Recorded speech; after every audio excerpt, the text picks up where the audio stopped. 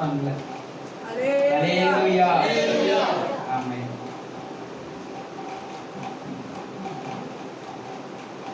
போன வாரம் என்ன மெசேஜ் ஞாபகம் இருக்கா உங்களுக்கு?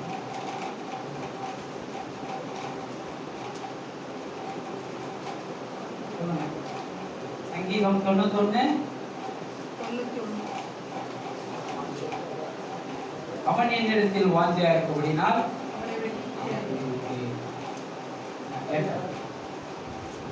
நான் அடிக்கடி சொல்றேன், எல்லாரும் எழுதி வைங்க செக் பண்ணேன், ஞாபகம் இருக்கா? ஹல்லேலூயா. நான் கர்த்தரை ஒரு நிமிஷம் ஜெபிக்கலாம். கர்த்தாவே, உடைய கரத்திலே எங்களை பாடுகிறோம். கர்த்தாவே ஸ்தோத்திரம். ஆவியானவரே, நீர் எங்கள் மத்தியிலே இடைப்பட்டீரே, உமக்கு நன்றி. ஆண்டவரே, இன்றைக்கு நீர் எங்களோடு கூட பேசப் போகிற வார்த்தை ஆண்டவரே வந்திருக்கிற யாவரையும் ஆண்டவரே இந்த உண்மையான மனுஷனை உயிர்ப்பிக்கிறதா என்று ஜெபிக்கிறோம்.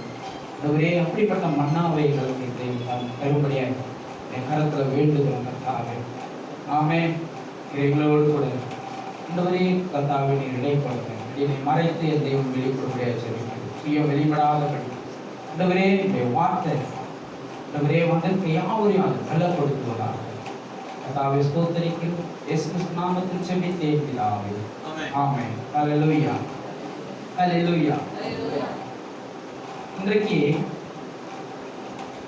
அவர் என்னை அறிந்திருக்கிறார். அதான் தலைப்பு. அவர் என்னை அறிந்திருக்கிறார். இதுல அவர் கர்த்தர் நம்மளை புடமிடுகிறார், நம்ம விசுவாசத்தை சோதிக்கிறார். இது எல்லாமே வரும். ஆனா அவர் நம்மளை அறிந்திருக்கிறபடினால் நம்ம என்ன பண்றோம்? எடுத்தவங்க வாசிங்க. யோபு 23 10வது வசனம். யோபு 23 10. ஆனாலும் நான் போகும் வழியை அவர் அறிவார், அவர் என்னை சோதித்த பின் நான் பொன்னாக விளங்குவேன். ஹல்லேலூயா. அவர் நம்மளை அறிந்திருக்கிறார். அப்படிதானே? கர்த்தர் நம்மளை ஒவ்வொருவரையும் அறிந்திருக்கிறார். என்ன பண்றாரு? நம்ம போகும் வழியை அவர் அறிகிறார். இல்ல, அவர் என்னை சோதித்த பின் நான் பொன்னாக விளங்குவேன். இங்க யோபு சொல்றாரு, நான் போகும் வழியை அவர் அறிந்திருக்கிறார், அவர் என்னை சோதித்த பின் என்ன பண்ணுவேன்? நான் பொன்னாக விளங்குவேன். ஹல்லேலூயா. இங்க அவரை சாத்தான் சோதிக்கிறான். எப்படி சோதிக்கிறான்னா, கர்த்தரே அவருக்கு சாட்சி கொடுக்கிறார். 2 முறை சாட்சி கொடுக்கிறார் யோபு குறித்து. அவன் சன்மார்க்கன், உத்தமன், விசுவாசத்தில் உறுதி உள்ளவன், அநேக சாட்சிகளை கொடுக்கிறார். இருந்தாலும் இங்க சோதிக்கப்படுகிறான். சோதிக்கப்படுகிறதுனால தான் அவன் என்ன பண்றான்? அவனுடைய பின்னிலைமை ஆசீர்வாதமா இருக்கிறது. இன்றைக்கு நம்ம பேசி கொண்டிருக்கிறோம். நாமே அவன் ரொம்ப பெரிய பணக்காரன், அநேக செல்வம் தன்னவன். அப்படி இருந்தும் யோபு அவர் சொல்றாரு, நான் போகும் வழியை அறிந்திருக்கிறார், அவர் என்னை சோதித்த பின் பொன்னாக விளங்குவேன். பொண்ணு எப்படிங்க இருக்கும்? தங்கம் மண்ணிலிருந்து எடுக்கப்படுது, அதை அக்னியில சுட்டெரிக்கிறார்கள். அதுக்கப்புறம் தான் என்ன ஆகுது? அது விலை மதிப்பு கூடுகிறது. எதுவுமே உடைக்கப்பட வேண்டும். உடைக்கப்பட்டாதான் அது என்ன பண்ணும்? அது உரு மாறி பொன்னாக வரும். ஒரு ஒரு ஏலக்காய் எடுத்துங்களேன், அது என்ன பண்ணும்? அது உடைச்சாதான் அதனுடைய மனம் நமக்கு தெரியும். எதுவுமே உடைக்கப்பட வேண்டும், நசுக்கப்பட வேண்டும்.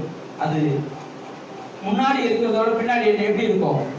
அது வாசமா இருக்கும், நறுமணமா இருக்கும், அது பொன்னாக விளங்கும். அந்த தங்கம் எப்படி நம்ம சுட்ட அக்னியில போடுறதுக்கு முன்னாடி அது நமக்கு தங்கமா தெரியாது. அதை அக்னியில போட்டு அதை அந்த டிசைன்ல கொண்டு வந்து அது கடையில விற்கும் போது அதனுடைய மதிப்பு எப்படி இருக்கு? 2 மடங்காக உயர்கிறது. ஹல்லேலூயா. அது போல ஒவ்வொன்றும் அதனுடைய தரத்தை உயர்த்துகிறதா இருக்கிறது. அது பொன்னாக விளங்கும் போது அதே போலதான் அங்க யோபு என்ன பண்றான்? பிசாசினால் சோதிக்கப்படுகிறார், வியாதி வருது, அநேக கஷ்டப்படுறாரு. ஓட்டு சாம்பல் உட்கார்ந்து என்ன பண்றாரு? ஓட்டை எடுத்து சொரிஞ்சுக்கிட்டு இருக்காரு. இருந்தாலும் என்ன பண்ணல, அவன் தன் விசுவாசத்தை விட்டு கொடுக்கல, தன் மனதை உறுதியை அவன் விட்டு கொடுக்கல. நம்ம வேதத்துல பார்க்கிறோம். அவன் சொல்லுகிறார், நான் சோதித்த பின் என்ன பண்ணுவேன், பொன்னாக விளங்குவான். அவர் என்னை அறிந்திருக்கிறார், அவர் என்னை அறிந்திருக்கிறார், என் பேச்சை அறிந்திருக்கிறார், என் நடவடிக்கை அறிந்திருக்கிறார், நான் போகும் வழியை அறிந்திருக்கிறார், நான் செய்யும் வேலையை அறிந்திருக்கிறார், எல்லாவற்றையும் அறிந்திருக்கிறார். அவர் அறிந்திருக்கிறபடினால் நான் என்னென்ன செய்கிறேன் என்று எல்லாமே அவருக்கு தெரியுது. அவர் அறிந்திருக்கிறபடினால் அவர் என்னை சோதிக்கிறார். சோதித்த பின் நான் என்ன பண்ணுவேன், பொன்னாக விளங்குவேன். ஹல்லேலூயா, ஹல்லேலூயா. அவர் சோதித்த பின் நான் பொன்னாக விளங்குவேன். எரேமியா 9:7. எரேமியா 9ஆம் அதிகாரம் 7வது வசனம்.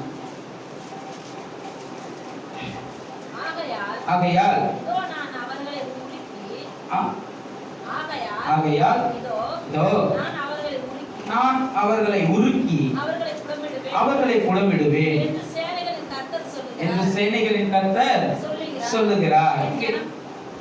இப்போது நான் வாசிக்கிறேன். ஆகையால் இதோ நான் என்ன பண்றேன், அவர்களை உருக்கி உருக்கி அவர்களை புடமிடுறேன். புடமிடுகிறார் ஜனங்களை, நம்மளை அவர் என்ன பண்றாராம், ஒவ்வொருவரையும் புடமிடுகிறவரா இருக்கிறார்.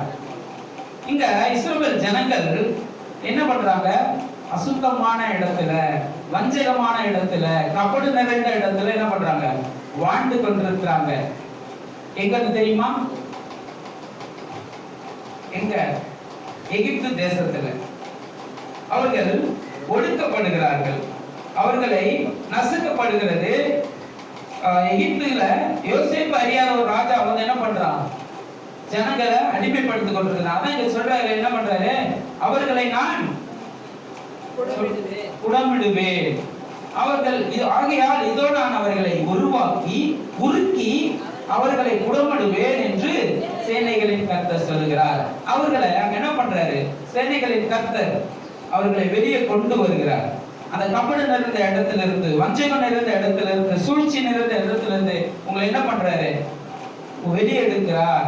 இந்த உலக வாழ்க்கையிலிருந்து நம்மளை என்ன பண்றாரு, தேவன் வெளியே கொண்டு வருகிறார். உங்களை உங்க வேலை செய்யற மத்தியில இன்னும் அநேக காரியங்களை, உங்களுக்கு தெரியாத அநேக விஷயங்கள் நடந்து கொண்டிருக்கும். இதெல்லாம் என்ன பண்றார், தேவன் உங்களுக்கு வெளிப்படுத்துகிறார். வெளிப்படுத்தி என்ன பண்றாரா, உங்களை பாதுகாக்கிறார், புடமிடுகிறார். புடமிட்டு என்ன பண்றாரு, பொன்னாக விளங்க செய்கிறார். அங்கிருந்து உங்களை வெளியே கொண்டு வருகிறார். அதுதான் என்ன சொல்றாரு, அவர்களை உருக்கி புடமிடுவேன். என் ஜனங்களை நான் பாதுகாக்கிறேன்.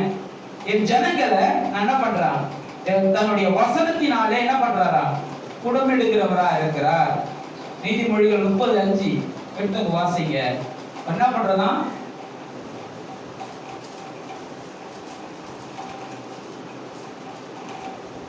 தேவனுடைய வசனமெல்லாம் புடமிடப்பட்டவைகள், தேவனுடைய வசனமெல்லாம் புடமிடப்பட்டவைகள், ஆமென், ஹல்லேலூயா. தேவனுடைய வார்த்தை புடமிடப்பட்டவைகளா இருக்கு.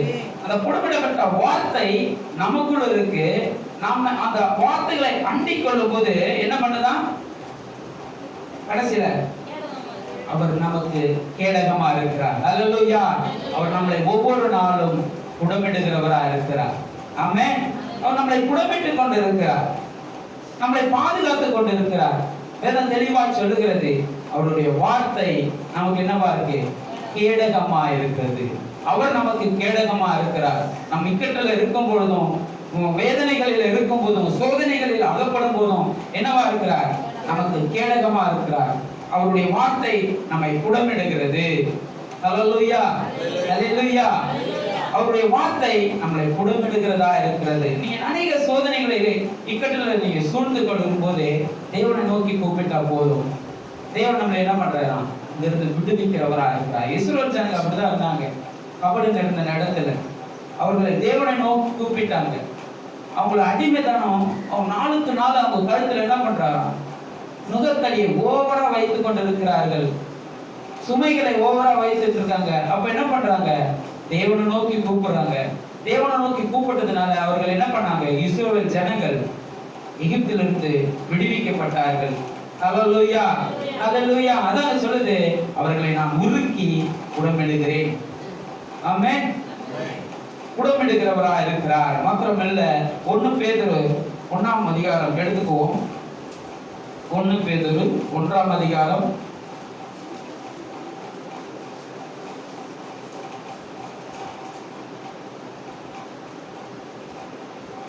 7 வாசிப்போம். போகிற பொன் அக்கினியினாலே சோதிக்கப்படும். அதை பார்க்கிலும் அதிக வெளியேறப்பட்டதாக இருக்கிற உங்கள் விசுவாசம் சோதிக்கப்பட்டு இயேசு கிறிஸ்து வெளிப்படும் போது உங்களுக்கு புகழ்ச்சியும் கனமும் மகிமையும் உண்டாக காணப்படும். அழிந்து போகிற பொன் அக்கினியிலே சோதிக்கப்படும். அந்த பொன் தங்கம் அக்கினியிலே சோதிக்கப்படும் போது தான் என்ன பண்ணுது, அது இன்னும் அதிக தரத்தை உயர்த்துகிறது. அது போலதான் நம்மள அழிந்து போகிற பொன்னை பார்க்கிலும் அதை பார்க்கிலும் வெளியேற பெற்றதா இருக்கிறது உங்கள் விசுவாசம். அந்த விசுவாசத்தை நம்ம என்ன பண்றாராம், தேவன் சோதிக்க செய்கிறார். ஹல்லேலூயா. அந்த விசுவாசத்தை சோதிக்கிறார். அந்த விசுவாசத்தை சோதிக்கிறதுனால தான் ஆபிரகாம் என்ன செய்யறாரு, உங்க பிள்ளை என்ன பண்றாரு, எனக்கு பலி கொடுன்றாரு. அந்த விசுவாசத்தை சோதிக்கிறாரு. அதுல அவன் என்ன பண்ணல, கீழ்ப்படிந்தான். தேவன் சொல்லுக்கு அவர் கீழ்ப்படிந்தான். அப்புறம் ஆபிரகாமை சோதிக்கிறாரு. அப்புறம் யோசேப்பு சோதிக்கிறாரு. யோசேப்பு அநேக இடத்துல அந்நிய தேசத்துல சோதிக்கப்பட்டார். அந்நிய தேசத்துல சோதிக்கப்பட்டதுனால என்ன ஆன, அவன் ஒரு நாளும் அவன் விசுவாசத்திலையும் உறுதியிலையும் அவன் நம்பிக்கையில என்ன பண்ணாங்க, இடரல் அடையவில்லை. இடரல் அடையாததான் என்ன பண்ணாமன், அந்த தேசத்துல ராஜாவாக தேவன் அவனை உயர்த்தினான். அவன் விசுவாசம் அவனை உயர்த்தியது. நான் வேற தேவர்களை நான் வணங்க மாட்டேன், நான் வேற தேவர்களை என்ன பண்ண மாட்டேன், என் வாயிலிருந்து கூட உச்சரிக்க மாட்டேன். என் தேவன் ஒருவரே, கர்த்தர் ஒருவரே தேவனா இருக்கிறார் என்று ராஜாவுக்கு முன்னாடி அவன் அறிக்கையிட்டான். போன வாரம் நம்ம பாஸ்டர் கூட பேசினார் இல்லையா. அப்ப அவனுடைய விசுவாசம் அங்க சோதிக்கப்பட்டது. அவனுடைய உறுதி சோதிக்கப்பட்டது. அவன் நம்பிக்கை சோதிக்கப்பட்டது. அவன் எதிலுமே அவன் என்ன பண்ணல, மனம் மாறல. நம்ம என்ன பண்ணுவோம், மனம் மாறிடுவோம் இல்ல. ஆனா நாங்க உறுதியா இருந்தான். அந்நிய தேசத்துல, தன் சொந்த தேசத்துல இல்ல, தன் சொந்த குடும்பத்துல இல்ல, அந்நிய தேசத்துல அந்நிய மக்களுக்கு முன்னாக சோதிக்கப்பட்டான். அவன் என்ன பண்றான், அவன் சோதனை ஜெயித்து அவன் பொன்னாக விளங்கினான். அவன் ராஜாவாக ஏற்படுத்தப்பட்டான். அதுக்கு காரணம் என்ன, தேவன் அவனை அறிந்திருந்தார். ஹல்லேலூயா. ஆபிரகாமை தேவன் அறிந்திருந்தார், யோசேப்பை அறிந்திருந்தார், அப்புறம் யாரு, யாக்கோபை அறிந்திருந்தார். தன் மாமன் இடத்துல அவன் சோதிக்கப்பட்டான். ஹல்லேலூயா, ஹல்லேலூயா. யாக்கோபு எத்தன் தான், திருடன் தான், இருந்தாலும் அவன் விசுவாசத்துல குறையல. அவன் விசுவாசத்துல குறையாம இருந்தான். அவன் சோதிக்கப்பட்டான், அவன் ஆசீர்வதிக்கப்பட்டான். யாரெல்லாம் இங்க சோதிக்கப்படுகிறார்களோ அவர்கள் எல்லாரும் என்ன பண்றாங்க, ஆசீர்வதிக்கப்படுகிறவர்களாக இருக்கார். ஆபிரகாம் சோதிக்கப்பட்டார், அவன் ஆசீர்வதிக்கப்பட்டான். யாக்கோபு சோதிக்கப்பட்டார், அவன் என்ன பண்ணான், இருபரிவாரங்களோடு அவன் கலந்து வந்தான் என்று பார்க்கிறோம். யோசேப்பு சோதிக்கப்பட்டான், அந்நிய தேசத்துல ராஜாவாக மாறினான். ஹல்லேலூயா, ஹல்லேலூயா, ஹல்லேலூயா. ஏன் தாவீது கூட சோதிக்கப்படுகிறார். ஆமென். தாவீது சவுலால சோதிக்கப்படுகிறார். இருந்தாலும் என்ன பண்ணல, அவன் தன் என் ஜீவனை பார்க்கலும் என் தேவன் பெரியவர் என்று கோலியாத்துக்கு முன்பாக நின்னான். ஆமென். அதனால அவன் அங்க சவுலுக்கு அப்புறம் சவுல் இருக்கும் போதே ராஜாவா ஆயிடுறான். இருந்தாலும் என்ன பண்ணல, எனக்கு ராஜா சவுல் தான் என்று சொல்லி சவுல் சாகும் வரை அவன் இஸ்ரவேல் தேசத்துக்கு வராது இருக்கிறான். ஆமென். அவன் சோதிக்கப்படுகிறான். அவன் சோதிக்கப்படுறதுனால என்ன பண்றான், ராஜாவாக்கப்படுகிறான். இன்னும் நம்ம பேதுரு கூட சோதிக்கப்படுறார் இல்லையா. பேதுரு எப்படி சோதிக்கப்படுகிறார் சொல்லுங்க, மறுதலிக்கிறான் இயேசு கிறிஸ்துவை. ஆமென். அவனுடைய விசுவாசத்தை சோதிக்கப்படுகிறது.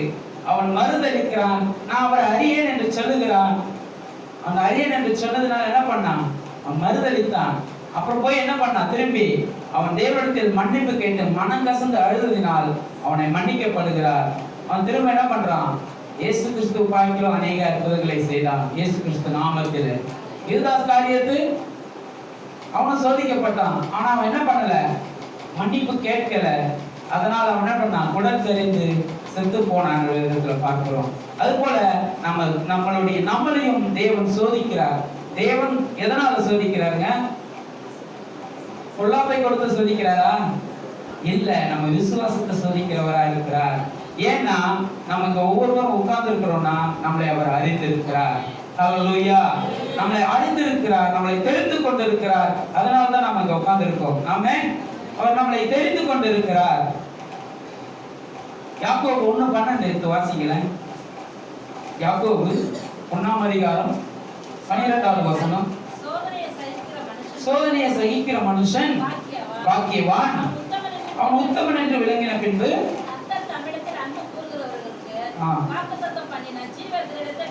பெறுவான். ஹல்லேலூயா. இந்த சோதனைகளை சகித்த மனுஷர்கள், நான் இன்னைக்கு இவ்வளவு நேரம் சொன்னோம் பாத்தீங்களா? எல்லாரும் என்ன பண்ணாங்க? சோதனைக்கு உட்படுத்தப்பட்டார்கள். ஆனாலும் என்ன பண்ணாங்க? ஜீவ கிரீடத்தை பெற்றார்கள். ஹல்லேலூயா. ஹல்லேலூயா. சோதிக்கப்படும் பொழுதுதான் என்ன பண்றோம்? இன்னும் இன்னும் நம்ம விசுவாசம் பெருகிறது, பெருக வேண்டும். ஆமென். நாம் சோதிக்கப்படும் பொழுது நம் விசுவாசம் பெருக வேண்டும். இங்க யோபு அப்படிதான் என்ன பண்றாரு? அநேக காரியங்கள்ல அவன் சோதிக்கப்படுகிறான். அநேக பேர் வந்து சொல்றாங்க, என்ன பண்றாங்க? அவன் நண்பர்கள் வந்து சொல்றாங்க, தன் மனைவியே சொல்றா, நீ தேவனை தூஷித்து விட்டு ஜீவனை விடு. ஆனா அவன் என்ன பண்ணல? எல்லாமே கர்த்தர் கொடுத்தார், கர்த்தர் எடுத்தார். ஆமென். அவன் விசுவாசம் அவனை அங்க என்ன பண்ணிச்சு சொல்லுங்க? உயர்த்தியது. ஹல்லேலூயா. அவன் விசுவாசம் அவனை திரும்பவும் இரட்டத்தனையாய் ஆசீர்வாதங்களை பெற்றான். ஹல்லேலூயா. அவன் விசுவாசம் அவனை பெருக செய்தது. ஆபிரகாமுடைய விசுவாசம் அவன் சந்ததியை உருவாக்கிற்று. யாக்கோபின் விசுவாசம் இருபரிவாரங்களோடு திரும்பி வர செய்தான். யோசேப்பின் விசுவாசம் அவனை அந்நிய தேசத்துல ராஜாவாக்கினது. தாவீதின் விசுவாசம் என்ன பண்ணுச்சு? ராஜாவாக்கினது. பேதுருவுடைய விசுவாசம் ஒரு ஊழியக்காரனாய் மாற்றியது. ஹல்லேலூயா.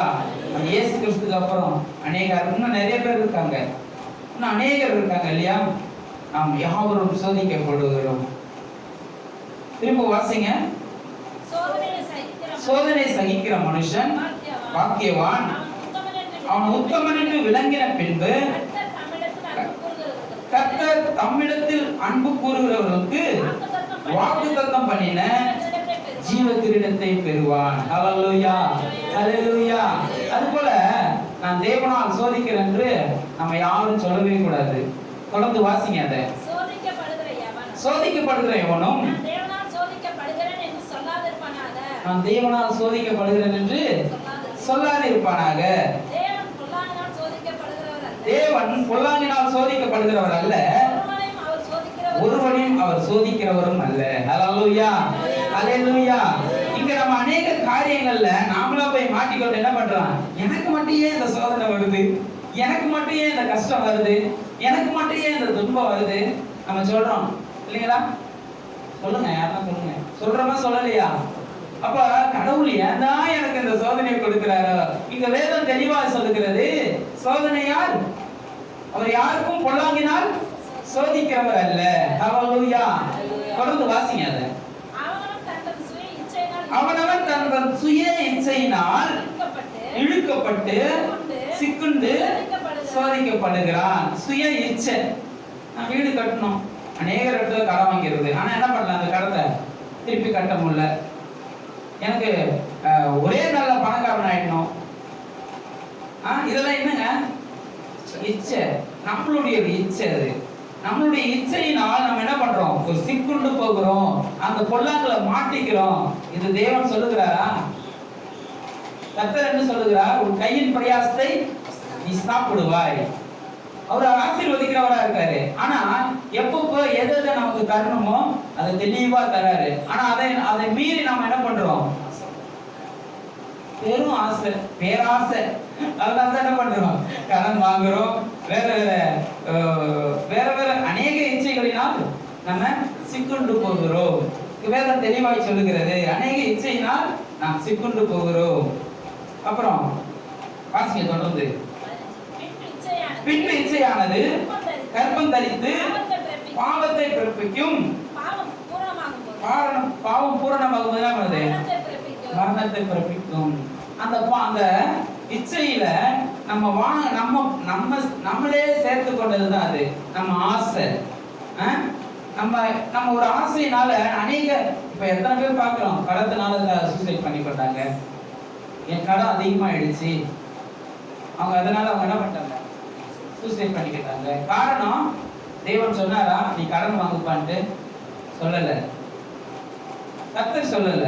கர்த்தர் அவர் பொல்லாங்கினால், இங்க தெளிவா சொல்லிட்டாரு, கர்த்தர் ஒருவரையும் பொல்லாங்கினால் சோதிக்கிறவர் அல்ல. ஹல்லேலூயா. அவர் பொல்லாங்கினால் சோதிக்கிறவர் இல்ல. அவர் சொல்லுகிறாரு, வேதத்துல தெளிவா சொல்லிட்டாரு, அவருடைய வார்த்தை நம்மளை குணமெடுக்கிறவைகளா இருக்கிறது. அப்புறம்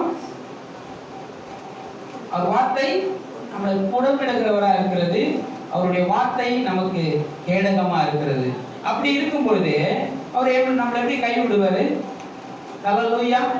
இது தன் ஆசை, தன் இச்சையில சிக்கொண்டு மரணத்தை விளைவிக்கிறார். இது தேவனால் வருகிற காரியம் அல்ல. ஹல்லேலூயா, ஹல்லேலூயா. அதே ஒண்ணு யாக்கோபு 2:3 வாசிக்கிறேன். என் சகோதரரே, நீங்கள் பலவிதமான சோதனைகள் அகைப்படும் போது உங்கள் விசுவாசத்தின் பரீட்சையானது பொறுமையை உண்டாக்கும் என்று அறிந்து அதை மிகுந்த சந்தோஷமா எண்ணுங்கள். ஹல்லேலூயா. அதாவது உங்க விசுவாசத்துல சோதனை வரும்போது என்ன பண்ணுங்க, அதை சந்தோஷமா எண்ணுங்க. ஆனா அது உங்க சொந்த காரியங்களினாலே நீங்கள் பொல்லாங்குக்கு சிக்கொண்டு அதை என் தேவன் என்னை பொல்லாங்கினால் சோதிக்கிறார் என்று சொல்லக்கூடாது. இங்க வேதம் தெளிவாய் சொல்லுகிறது. என்ன சொல்லுது? உங்கள் விசுவாசத்தின் பரீட்சையானது. என்னங்க பரீட்சையானது? உங்கள் விசுவாசத்தை சோதித்து பார்க்கிறாரு தேவன். அப்படிதான் ஆபிரகாமை சோதித்தார். அப்படிதான் என்ன பண்றாரு, யோபுவை சோதித்தார். யோபு என்ன பண்றாரு, சாத்தான் தேவனிடத்துல பர்மிஷன் கேட்கிறான், நான் சோதிக்க போறேன். அப்ப என்ன சொல்றாரு, தேவன் சாட்சி கொடுக்கிறார். யாரு? அவன் உத்தமனும் சன்மார்க்கனுமா இருக்கிறான். ஒரு நாளும் என்ன பண்ண மாட்டான், என்ன தூஷித்து பேச மாட்டான். இருந்தாலும் நீ என்ன பண்ணிக்கோ, சோதிச்சுக்கோ. பர்மிஷன் கொடுக்கிறார் தேவன். பர்மிஷன், தேவனுடைய பர்மிஷனாலே சாத்தான் நம்மளை சோதிப்பான். ஹல்லேலூயா, ஹல்லேலூயா. கர்த்தரிடத்துல பர்மிஷன் வாங்கிட்டு சாத்தான் நம்மளை சோதிக்கிறான், பிசாசானவன் சோதிக்கிறான். அப்போ அதை நம்ம என்ன பண்ணக்கூடாது, அதுல வழிவிடக்கூடாது, அதை நாம் கடந்து போயிடக்கூடாது. தேவன் நம்மளை பொல்லாங்கினால் சோதிக்கிறவர் அல்ல. ஹல்லேலூயா. ஏன்னா அவர் நாம் போகும் வழியை அறிந்திருக்கிறார். நம்மள அவர் அறிந்திருக்கிறார். அவர் தெரிந்து கொண்டதுனால்தான் நம்ம இங்க உட்கார்ந்து இருக்கிறோம். ஹல்லேலூயா. ரோமர் 8:30 எடுத்தவங்க வாசிங்க. ரோமர் 8:30 என்ன சொல்றாரு? எவர்களை முன்குறித்தாரோ அவர்களை அழைத்தும் இருக்கிறார். எவர்களை அழைத்தாரோ அவர்களை நீதிமானும் ஆக்கியிருக்கிறார். எவர்களை நீதிமானாக்கினாரோ அவர்களை மகிமையும் படைத்திருக்கிறார். ஹல்லேலூயா, ஹல்லேலூயா. விசுவாசத்தோட ஹல்லேலூயா சொல்லுங்களேன். ஹல்லேலூயா. நாம் அழைத்ததனால தான் இங்க வந்து உட்கார்ந்து இருக்கிறோம். ஹல்லேலூயா. நாம் அழைக்கப்பட்டிருக்கிறோம். அழைக்கப்பட்டதும் தெரிந்து கொள்ளப்பட்டிருக்கிறோம். அது மட்டுமல்ல, என்ன பண்ணியிருக்காரா, நம்மள நீதிமானாய் மாற்றி இருக்கிறார். ஹல்லேலூயா, ஹல்லேலூயா. இப்படி இருக்கும் பொழுது அவர் எப்படி நம்மளை பொல்லாங்கினால் சோதிக்கிறவரா இருக்கிறார்? சொல்லலாமா? நம்ம சொல்லவே கூடாது. ஹல்லேலூயா. அவர் நம்மளை ஒரு நாளும் பொல்லாங்கினால் சோதிக்கிறவர் அல்ல. ஹல்லேலூயா, ஹல்லேலூயா. 1 பேதுரு 1:1 எடுத்துங்க திருப்பி. அப்படியே கண்டினியூவா வாசிங்க. 8 இருக்கு. அவரை நீங்கள் காணாமல் இருந்தும் அவரிடத்தில் அன்பு கூறுகிறீர்கள். இப்பொழுது அவரை தரிசியாமல் இருந்தும் அவரிடத்தில் விசுவாசம் வைத்து சொல்லி முடியாததும் மகிமையால் நிறைந்திருக்கிறதுமான சந்தோஷம் உள்ளவர்களாய் களி கூர்ந்து. அதாவது நம்ம என்ன பண்ணலாம்? அவரை நம்ம பார்த்திருக்கோம், ஆண்டவரை பார்க்கல, ஆனாலும் அவர் இடத்துல நம்ம என்ன பண்றோம்? அன்பு கூறுகிறவரா இருக்கிறோம், விசுவாசம் வைக்கிறவர்களா இருக்கிறோம். அந்த விசுவாசம் நம்மளை என்ன பண்ணுது? தொடர்ந்து வாசிங்க. உங்க விசுவாசத்தின் பலனாகிய ஆத்தும ரட்சிப்பை அடைகிறீர்கள். ஹல்லேலூயா. அந்த விசுவாசம் தான் நம்மள என்ன பண்ணுது? இந்த ஆத்துமாவை ரட்சிக்கப்படுகிறது. இந்த ஆத்தும ரட்சிப்பை நம்ம ஏற்றுக்கொண்டதினால் நாம் என்ன பண்ணுகிறோம்? தேவனுடைய வலது பாதத்தில் வீற்றிருக்கிறோம். ஹல்லேலூயா, ஹல்லேலூயா. இயேசு கிறிஸ்துவுடைய வலது பாதத்துல நாம் உட்கார்ந்து இருக்கிறோம். காரணம் அவரை விசுவாசத்தினால், தேவகுமாரனை நாம் ஏற்றுக்கொண்டதினால், அவருடைய நாமத்தை ஏற்றுக்கொண்டதினால், அவர் விசுவாசத்தினால், அவர் வார்த்தையை நம் இருதயத்துல பொறித்து வைத்ததினால் என்ன பண்றோம்? நம்ம தேவனோடு கூட நம்ம இணைந்திருக்கிறோம். ஹல்லேலூயா. அல்லாஹ் பக்தன் பாடுகிற என்ன சொல்றாரு? நீ திராட்சை செடி, அதில் படர்ந்து இருக்கிற கொடினா. ஹல்லேலூயா. அவர் செடியா இருக்கிறார், நாம் அவரிடத்துல என்ன பண்றோம்? நாம் கொடியா இருக்கிறோம், கிளைகளா இருக்கிறோம், கனி தருகிறவர்களா இருக்கிறோம். ஹல்லேலூயா, ஹல்லேலூயா. கனி தருகிறவர்களா இருக்கிறோம். காரணம் என்ன பண்றோம்?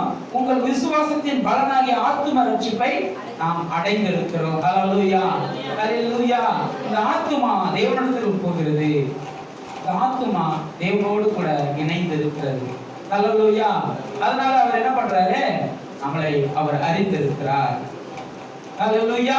நம்மளை அவர் அறிந்திருக்கிறவரா இருக்கிறார். அப்புறம் 10 உங்களுக்கு உண்டான கிருபையை குறித்து தீர்க்கதரிசனம் சொன்ன தீர்க்கதரிசிகள் இந்த ரட்சிப்பை குறித்து கருத்தாய் ஆராய்ந்து பரிசோதனை பண்ணினார்கள். ஹல்லேலூயா.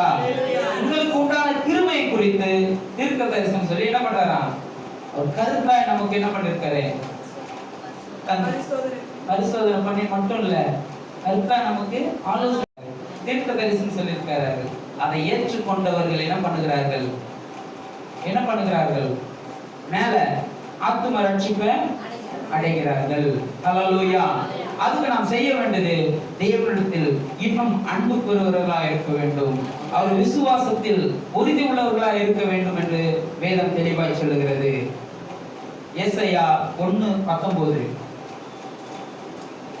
ஏசாயா 1ஆம் அதிகாரம் 19வது வசனம். நீங்கள் மனம் பொருந்தி செவி கொடுத்தால் தேசத்தின் நன்மையை புசிப்பீர்கள். ஹல்லேலூயா.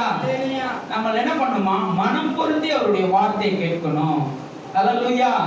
முழு இருதயத்தோடு, உன் முழு ஆத்துமாவோடு நம்ம என்ன பண்ணணும்? தேவனிடத்துல கிட்டி சேரணும். அவர் வார்த்தையை நம்ம மனம் பொருந்தி, ஏனோ தானோ ஏதோ சர்ச்சைக்கு வந்தோம், 1 மணி நேரம் உட்கார்ந்தோம், ஒரு 2 பாட்டை பாடினாங்க, கொஞ்ச நேரம் பேசினாங்க, நம்ம வீட்டுக்கு கடந்து போனோம்னு இருக்கக்கூடாது. வேதம் சொல்லுகிறது தெளிவாய், நீங்கள் மனம் பொருந்தி உங்கள் இருதயம் தேவனோட இருதயத்தோடு ஒட்டி இருக்க வேண்டும். என் இருதயம் போல உங்க இருதயம் இருக்க வேண்டும். நீங்கள் மனம் பொருந்தி செவி கொடுத்தால் தேசத்தின் நன்மையை புசிப்பீர்கள். தேசத்தின் நன்மையை மாற்றல்ல, இன்னும் அநேக ஆசீர்வாதங்களை அவர் கொடுக்கிறார். காரணம், தேவன் நமக்குள்ள இருக்கிறார், அவர் வார்த்தை நம்மளை புடமிடுகிறது, அவர் நமக்கு கேடகமா இருந்து நம்மளை ஒவ்வொரு நாளும் அவர் நடத்துகிறவரா இருக்கிறார். ஹல்லேலூயா, ஹல்லேலூயா. அவர் நம்மளை நடத்துகிறதுனால் என்ன பண்றாராம்? இப்போ வாசிச்சோமே சங்கீதம் 23ல, கர்த்தரின் மேய்ப்பரா இருக்கிறார், நான் தாழ்ச்சி அடையேன், அமர்ந்த தண்ணீரை கொண்டு போய் சேர்க்கிறவரா இருக்கிறார். காரணம், நம்ம ஒவ்வொரு நாளும் மனம் பொருந்தி அவரிடத்துல செவி கொடுக்க வேண்டும், வார்த்தைக்கு செவி கொடுக்க வேண்டும். அவருடைய என்ன சொல்லணும்? அவருடைய வார்த்தைக்கு நம்ம செவி கொடுக்கிறவர்களா இருக்க வேண்டும். அப்படி செவி கொடுக்கிறவர்களா நம்ம என்ன பண்றோம்? நீங்க எவ்வளவு தூரம் வேணாலும் போங்க, உங்களுக்கு சோர்வு வராது. நீங்க என்ன வேணாலும் செய்யுங்க, உங்களுக்கு பலவீனம் இருக்காது. கர்த்தர் உன் பலவீனத்தில் என்ன பண்றாரு? பலம் கொடுக்கிறவரா இருக்கிறார். ஹல்லேலூயா, ஹல்லேலூயா. நீங்க பேசினாதான் எனக்கு பேச வரும். நான் நிறைய டைம் சொல்லிட்டேன், நீங்க பேசுங்க, அப்ப பேசும்போதுதான் எனக்கு இன்னும் அதிகமா பேச வரும். ஹல்லேலூயா. தேவன் பெரியவரா இருக்கிறார். தேவன் பெரியவராக இருந்து நம்மளோடு கூட இடைப்பட்டு கொண்டிருக்கிறார். ஒவ்வொரு நாளும் அவர் நம்ம விசுவாசத்தை சோதிக்கிறார். அல்லேலூயா, அல்லேலூயா. அது போல உடைக்கப்படாத எதுவும் நமக்கு ஒரு காரணம், ஒரு சோர்வான காரியங்கள் வரும்போது, நமக்கு ஒரு தோல்வியான காரியங்கள் வரும்போது நம்ம உடனே என்ன பண்ணிடுறோம்? உடைந்து போயிடுறோம், மன தளர விட்டுடுறோம். அப்படி இருக்காதீங்க. தேவன் சொல்லுகிறார், அது சோதிக்கிறார். ரைட்டா, உங்க விசுவாசத்தை சோதிக்கிறார். நீங்க என்ன பேசுறீங்க? நான் ஏன் அந்த ஆண்டவரை ஏற்றுக்கொண்டனே தெரியல. ஏற்றுக்கொண்டதுல இருந்தா எனக்கு என்ன பண்றேன்? அதாவது பிரச்சனை வருது, சோதனைகள் வருது. நான் ஃபர்ஸ்ட் இருக்கும்போது இதெல்லாம் தெரியாது. நான் பாட்டுக்கு போனேன், வந்தேன், கையில நிறைய காசு இருக்கும். ஆனா இப்ப என்ன இல்ல, ஒண்ணுமே இருக்க மாட்டேங்குது. ஒரு விசுவாசத்தை ஆண்டவர் சோதிக்கிறவரா இருக்கிறார். பொருளாங்கினால் சோதிக்கிறவர் அல்ல. அல்லேலூயா. அவர் நம்ம விசுவாசத்தை சோதிக்கிறார், நம்ம நம்பிக்கையை சோதிக்கிறார், நம் உறுதியை சோதிக்கிறார். அல்லேலூயா. நம்ம வேதத்துல வாசித்த இன்னும் நிறைய பேரை சொல்லலாம். விசுவாசத்தை நம்பிக்கையும் சோதித்ததுனால தான் நிறைய பேர் இன்றைக்கு என்ன பண்ணுவோம்? நம்ம அவங்களை குறித்து பிரசங்கம் பண்ணி கொண்டிருக்கிறோம். அல்லேலூயா, அல்லேலூயா. அநேகர் இருக்காங்க. ஆனா அவங்க எல்லாரும் என்ன பண்ணாங்க? விசுவாசத்தில் சோதிக்கப்பட்டு அவர் தேவன் சொன்னது போல ஜீவ கிரீடத்தை பெற்றார்கள். அல்லேலூயா. நாம் ஜீவ கிரீடத்தை பெற வேண்டும். நம் விசுவாசத்தில் உறுதியா இருக்க வேண்டும். அல்லேலூயா. ஒரு நாளும் நம்ம இடரால் அடையாதபடி தேவனோடு கூட நம்ம இணைந்து இருக்க வேண்டும். மனம் பொருந்தி அவருடைய வார்த்தைகளை கேட்க வேண்டும். அதான் சொல்லுகிறது வேதம், தெளிவாய் சொல்லுகிறது. மனம் பொருந்தி அவருடைய வார்த்தையை நாம் கேட்க வேண்டும். காது உள்ளவன் கேட்க கடவன். ஆண்டவர் சொல்றாரு, காது உள்ளவன் கேட்க கடவன். அல்லேலூயா. நம்ம இங்க வந்து ஏதோ வந்து உட்கார்ந்தோம், கொஞ்ச நேரம் ஆண்டவர் கேட்டோம் போனோம்னு இல்லாம நம்ம வார்த்தைகளை இந்த இருதயத்துல என்ன பண்ணணும்? திருப்ப திருப்ப திருப்ப திருப்ப ஆராய்ந்து கொண்டே இருக்க வேண்டும். அவர் என்னை ஆராய்ந்து அறிந்திருக்கிறார், நம்மை ஆராய்ந்து அறிந்திருக்கிறவர்களா இருக்கிறார். அல்லேலூயா, அல்லேலூயா. அவர் நான் போகும் வழியை என்ன பண்றாரு? அறிந்திருக்கிறார். அவர் என்னை சோதித்த பின் நான் பொன்னாக விளங்குவேன். அல்லேலூயா, அல்லேலூயா. அவர் என்னை சோதித்த பின் நான் பொன்னாக விளங்குவேன். கர்த்தர் இந்த வார்த்தைகளை ஆசீர்வதிப்பாராக. ஆமென்.